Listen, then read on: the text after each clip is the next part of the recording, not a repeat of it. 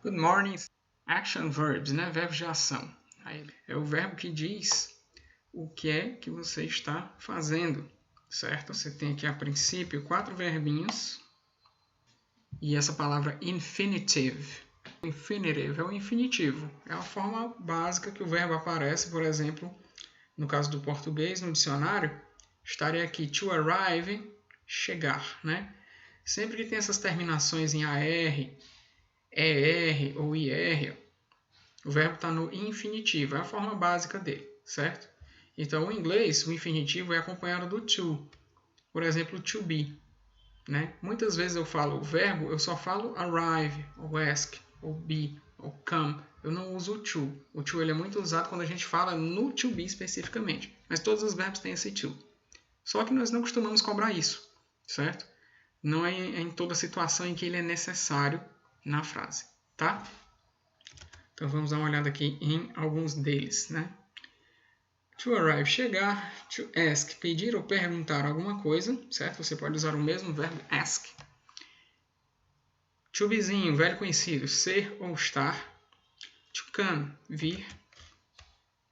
Indo mais para cá. To do, verbo para fazer alguma coisa, certo? Você tem 2 verbos para fazer o fazer. Se você olhar aí nessa própria listinha, você vê bem aqui em cima o to do e lá embaixo ó, o to make. E os dois têm o mesmo sentido, de fazer alguma coisa, certo? Então, qual é a diferença? Tem uma observação por aqui. Ó. Do e make se diferenciam assim. O to do é fazer no sentido de realizar uma ação, tá? E o to make, você está criando alguma coisa, fabricando alguma coisa, elaborando alguma coisa. Por exemplo, eu posso dizer que eu vou to make a test, né? Fazer um teste. Eu estou fazendo o teste, criando ele para você, certo? Outra coisa aqui, o to do. Eu posso dizer I like to do jogging. Eu gosto de fazer um jogging. Um jogging é uma corridinha, né? Do é para fazer coisas e o make é para construir, criar alguma coisa mesmo, né? Por exemplo, quando você diz I don't know, eu não sei, né? Você está realizando a ação de não saber, né? I don't know. Tem o do na frase, só que ele está junto com o not, por isso don't. Né? E, por exemplo, quando você vê aquelas encomendas que chegam de outros lugares, por exemplo, uma encomenda que venha da China ou que venha dos Estados Unidos, que tem a palavra made, M-A-D-E, né? Aquele made significa feito, ou seja, ele foi construído, fabricado nesse lugar de onde ele vem, certo? Então, to do, realizar uma ação, você faz a ação, e to make, construir, criar alguma coisa, certo? Então, vamos voltar aqui para a tabelinha. To eat, comer alguma coisa. To finish, terminar ou finalizar ou acabar alguma coisa. To go, verbo ir, né? Vimos muitas vezes já em aula. To have, verbo ter, tá? Também tem outros para ter, como por exemplo get. To jump, jump é pular. To know, saber. Então quando você diz I don't know, o know que você está usando é esse verbo aqui, certo? O verbo de saber. To live, aqui não é live, tá, gente? Esse live aqui acompanhado do to é o verbo viver ou morar em algum lugar, certo? I live, eu vivo, né? Ou então eu moro. To open, abrir, ó, open the door, abrir a porta. O contrário seria close, né? Close the door. To paint, pintar alguma coisa. To read, ler, é o que eu estou fazendo aqui, ó, nessa tabelinha, lendo com vocês. To sleep, que verbo gostoso, né? Dormir. To teach, também estou fazendo esse verbo aqui, né? Ensinar. E to win, verbo vencer. O contrário dele seria o verbo to lose, perder. Tá bom? A página 42 da unidade 6, certo? Então você tem aqui a gramática do presente simples, né? Ou simple present. Né? É o tempo presente simples. Usamos o simple present, ou presente simples, para falar sobre hábitos, atividades regulares ou verdades universais. Tá? Então, uma coisa que você tem como hábito, por exemplo, eu vou à escola, eu estudo, eu assisto TV. Isso tudo são hábitos, é uma coisa que você faz normalmente. Então, para isso, você usa o presente simples, né? Como é que você diria isso? Por exemplo, aqui ele deu o exemplo do verbo trabalhar. Eu trabalho. Então, I work. É uma coisa que eu faço normalmente, habitualmente, praticamente todo dia, né? No caso de vocês, eu poderia ser you study, né? A gente só trocaria o verbo aqui, trabalhar por estudar. You study, você estuda. Ele tanto é um hábito, quanto é uma atividade regular, uma coisa que você faz normalmente, com regularidade, quanto ele é uma verdade universal, né? Vocês estão na escola, todo ano vocês estudam. Observação aqui. Em inglês, os verbos não são flexionados, a não ser na terceira pessoa do singular. O que é isso, né? Eu já expliquei diversas vezes esse negócio para vocês. Em português, cada pessoa transforma o verbo de um jeito diferente. O verbo trabalhar, primeira pessoa, tá aqui o eu, né? Seria eu trabalho. Em inglês, I work. Segunda pessoa, o tu, you work, você trabalha. Ó, eu trabalho, final O. Tu trabalhas, final AS. Então veja como o verbo já muda. Em inglês não mudou. Tanto eu quanto tu falam work. Chegou na terceira pessoa. Ele, ela e ele ou ela, aqui o neutro, né? Que serve para os dois, contanto que não seja ser humano. Em inglês fica he works, ou she works, ou it works. Ó, ganha essa letra S. Esse S aqui é que vai ser então a flexão desse verbo em inglês. Em português ficaria ele trabalha, né? Ela trabalha. Então já é diferente. Ó. Eu trabalho, tu trabalhas, ele ou ela trabalha. Mesmo verbo, 3 formas diferentes. Cada uma das pessoas tem uma forma diferente. O mesmo acontece no plural. Ó. Em inglês, o plural repete o verbo sempre do mesmo jeito. Ó. We work, nós trabalhamos. You work, vós trabalhais ou vocês trabalham. E they work, eles ou elas trabalham. Então, ó, em inglês, sempre igual, menos aqui na terceira do singular. Em português, sempre diferente. Tá? Então, eu sempre acho mais fácil em inglês, certo? Talvez a dificuldade que vocês tenham seja pela falta de costume de uso, né? Mas é mais simples mesmo. Então, se for terceira pessoa do singular, he, she ou it, o verbo vai ganhar, certo? Normalmente ele vai ganhar um S aqui no final, tá? Tem algumas exceções, é claro. Então, vamos ver aqui o outro lado aqui, a outra coluna.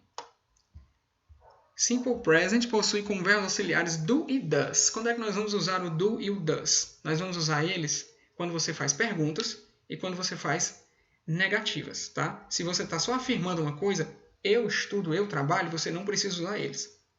Como é que vai ficar a sua frase? Forma afirmativa. Sujeito, o verbo principal, um complemento para fechar a frase. Você está fazendo uma frase afirmativa. Eu posso dizer, eu trabalho no educar.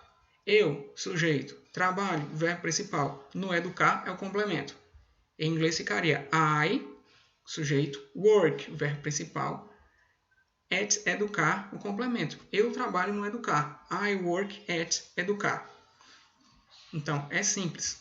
A pessoa que realiza a ação, que é o verbo, no caso aqui work, que ficou igualzinho o work aqui, dessa tabelinha aqui embaixo, né? I work, ó.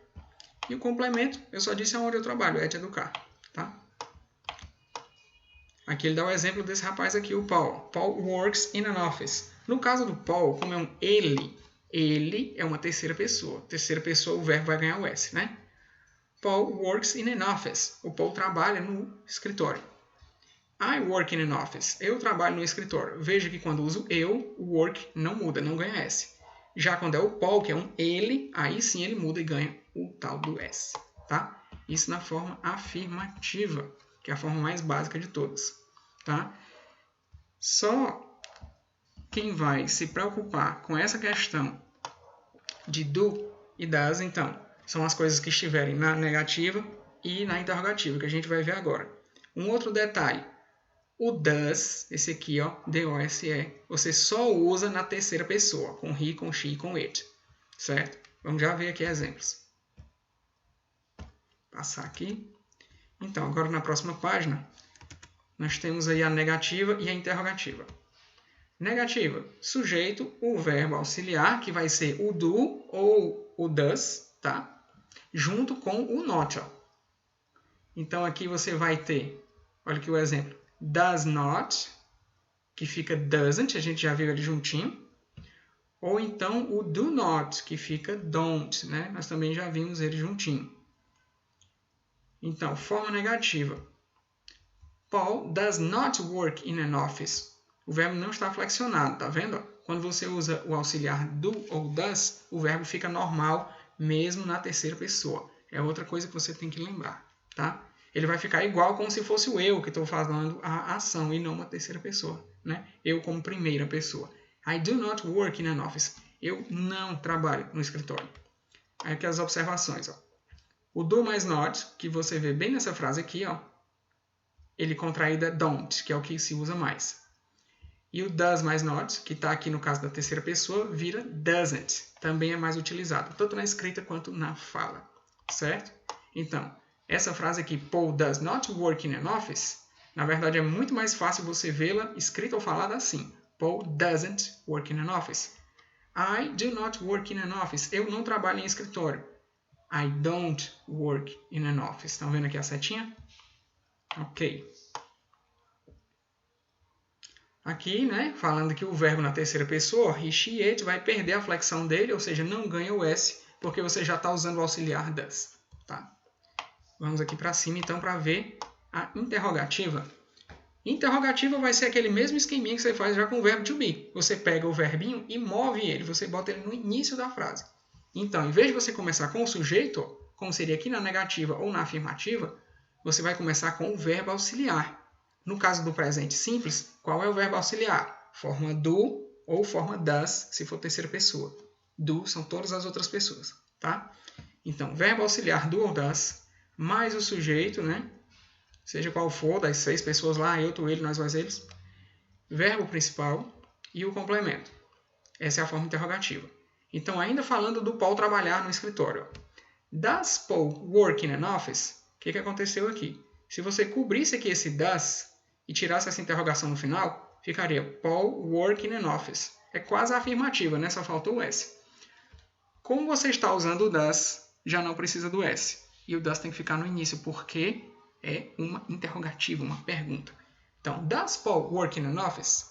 Aqui eu digo, né, na frase anterior, que eu não trabalho no escritório. Aqui eu vou perguntar se você trabalha. Então, do you work in an office? Veja aí a mudança. Ó.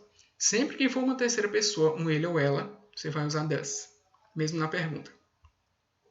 Se não for o ele ou ela, qualquer outro, ó, I, you, we, they, você vai usar o do. Tá? Então, do you work in an office? Você trabalha no escritório?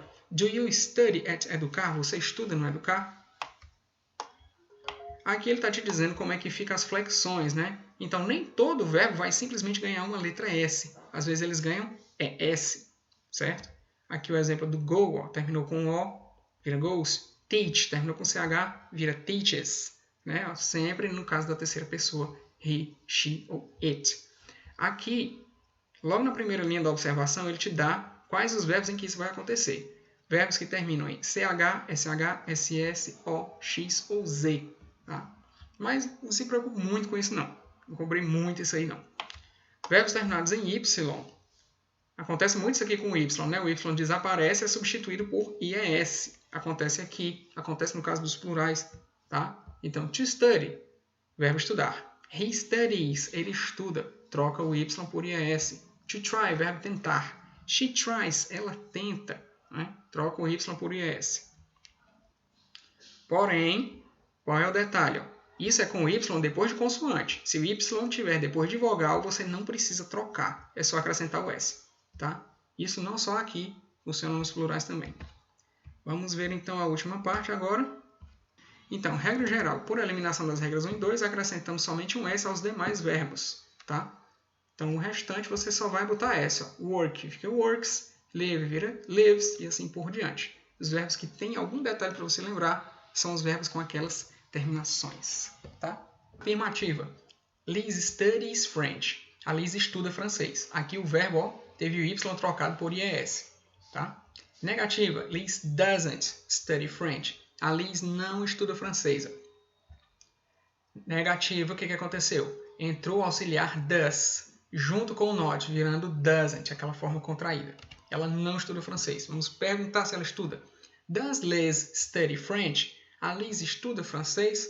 Por que é o does aqui? Por que é o doesn't aqui? Porque a Liz é uma she, é uma terceira pessoa, é uma ela. Então, com ela, does ou doesn't, dependendo do tipo de frase. Does na interrogativa, doesn't na negativa.